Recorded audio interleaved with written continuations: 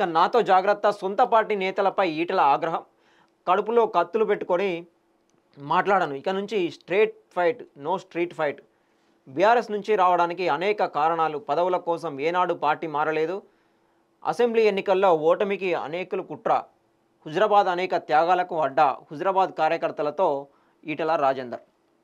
ఇక నిన్న ఈటెల రాజేందర్ గారు ఇక్కడి హుజరాబాదు ఎవరైతే అనుచరులు ఉన్నారో ఈ బీజేపీ పార్టీలో ఉన్న అనుచరులు వాళ్ళకి సమావేశాలకు పిలవడం లేదని చెప్పేసి గత కొన్ని రోజులుగా వాళ్ళు అసంతృప్తితో ఉన్న సంగతి మనకు తెలిసిందే.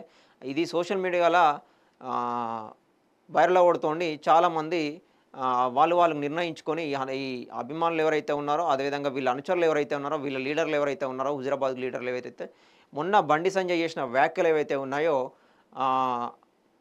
ఎన్నికల్లో నాకు హుజరాబాద్ తరపున ఆ సెగ్మెంట్ తరపు నుంచి బీజేపీకి తక్కువ ఓట్లు రావడంతో అక్కడ నేను కూడా ఆ స్థానిక సంస్థల ఎన్నికలు రానియకుండా చేస్తాను చేసిన వ్యాఖ్యలు ఏవైతే ఉన్నాయో డైరెక్ట్గా ఈ వ్యాఖ్యలు గత 2 రోజులుగా సోషల్ మీడియాలో విపరీతంగా వైరల్ కావడంతో డైరెక్ట్ ఈటెలను ఉద్దేశించిన చేసిన వ్యాఖ్యలుగా కనిపించినటువంటి వీళ్ళు ఈటెల అనుచరులు ఎవరైతే ఉన్నారో హుటాహుటిన నిన్న ఈటెల రాజేందర్ గారి ఇంటి దగ్గరికి రావడం జరిగింది. ఈటెల రాజేందర్ ఇంటి దగ్గరికి వచ్చిన తర్వాత నిన్న మీటింగ్ పెట్టి వాళ్ళతోని చర్చలు జరిపి మాట్లాడడం కూడా జరిగింది మీటింగ్లో.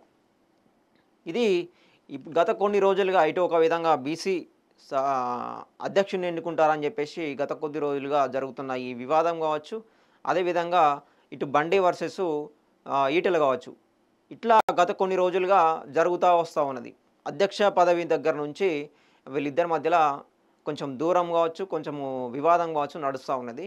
అది ఇప్పుడు కాస్త ముదిరి కొంచెం ఇంకాస్త పెరిగి నిన్న బండి సంజయ్ గారు మొన్న చేసిన వ్యాఖ్యలు ఏవైతే ఉన్నాయో హుజరాబాద్లో మేము ఖచ్చితంగా స్థానిక సంస్థల్లో గెలవనివ్వమని చెప్పేసి మీ వర్గానికి సంబంధించిన వాళ్ళని నిలబడనివ్వమని చెప్పేసి ఓడగొడతామని చెప్పేసి ఏదైతే చేసిన వ్యాఖ్యలు ఏవైతే ఉన్నాయో దాన్ని దృష్టిలో పెట్టుకొని నిన్న అనుచరులు వీళ్ళు ఇంటి దగ్గరకు వస్తే అక్కడ వాళ్ళతో చర్చలు జరిపి మీటింగ్ ఏర్పాటు చేసి వాళ్ళకు అండగా నేను ఉంటానని చెప్పేసి 10 రోజులకు ఒకసారి హుజరాబాద్లో నా సొంత గడ్డ 10 రోజులకు ఒకసారి మిమ్మల్ని కలుస్తాను, అక్కడ మీటింగ్లు పెడతాను, ప్రతి మండలానికి ఆఫీస్ ఉంటుంది, అక్కడ ఎవరి జాగిర్ నడవదని చెప్పేసి డైరెక్టు వార్నింగ్ ఇవ్వడం కూడా జరిగింది.